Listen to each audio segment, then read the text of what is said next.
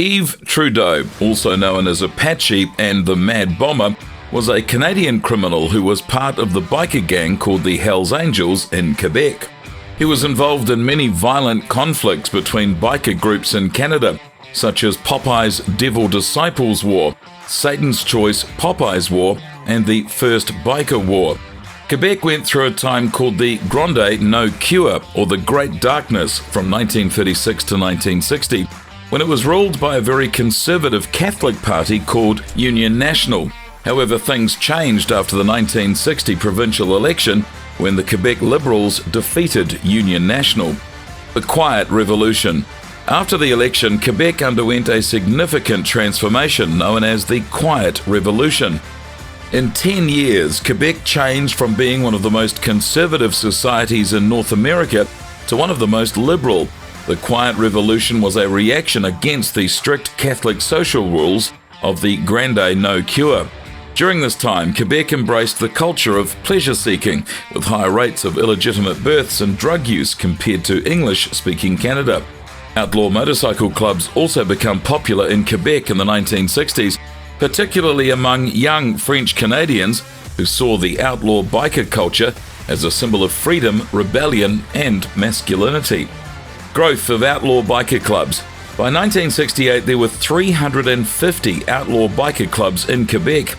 However, the popularity of these clubs also brought a high level of violence and brutality that was unmatched in the rest of Canada.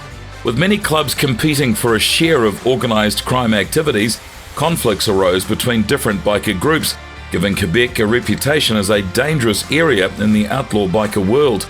Crime journalist James Dubrow even stated that there was more violence in Quebec, and even hitmen from other gangs were afraid to go to Montreal. Early involvement.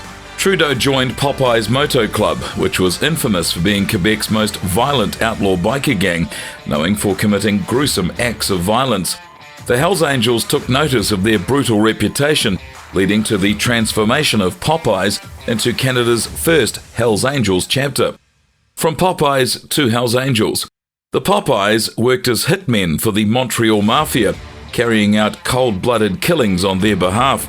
When Trudeau joined Popeye's Moto Club in 1968, no one could have predicted that he would become one of Canada's most infamous contract killers. In 1975, the Satan's Choice Motorcycle Club formed an alliance with the American Outlaws Motorcycle Club, leading to a fierce rivalry with the Popeyes, who were backed by the Hells Angels. As the Popeyes targeted the Devil's Disciples biker gang, Trudeau emerged as their top assassin, showing a particular fascination with bombs. He had even taken a job at an explosive factory to refine his skills. Trudeau was known for being meticulous and professional, which made his services highly sought after. He even earned the name Apache for scalping one of his victims. Trudeau, once a member of the Hells Angels in Quebec, rose to infamy as one of Canada's most feared hitmen. In a violent clash between the Hells Angels and the Outlaws in 1978, Trudeau fatally shot an outlaw member. Over the years, he became deeply involved with the drug trade, working closely with the West End gang. Between 1970 and 1985, Trudeau confessed to killing 43 people, including 18 outlaws. He used cocaine to enhance his killing abilities, becoming a feared and remorseless psychopathic killer. Betrayal and the Lennoxville Massacre. In 1985, Trudeau was enticed by greed and offered $200,000 by the West End gang's leader to eliminate his rival's killers. After receiving $25,000 up front, he was directed to collect the rest from the Hells Angels in Halifax and Saul chapters. Trudeau's cocaine addiction led him to use some of the money that angered the Halifax chapter. The Hells Angels were already upset with the North chapter's misconduct, considering them to be too unruly, abusing drugs and cheating other chapters out of drug profits. This led to the decision to eliminate the North chapter, resulting in the infamous Lennoxville Massacre. Trudeau, who was supposed to attend the meeting, had entered a detox program a week prior. He learned about the massacre while in treatment, and a representative from the Montreal chapter informed him that he was no longer part of the club and he needed to remove his tattoos. The informant. Trudeau's days were limited as the Hells Angels had put a $50,000 contract on his life. In a bid to save himself, he became a police informant and government witness. He pleaded guilty to 43 counts of manslaughter in 1985, although he claimed he didn't intend to kill all 43 victims. The Crown, though, believed otherwise.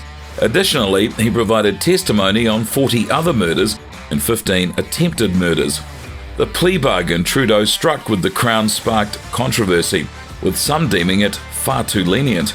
He received a life sentence with the chance for parole after just 7 years, along with financial compensation and government support. While cooperating with the authorities likely saved his life, Trudeau had to live with the consequences for the remainder of his days. The world of organised crime is filled with violence and betrayal, where second chances are very rare. Trudeau chose to leave that world behind and seek redemption through his cooperation, but paid a very heavy personal cost in the process.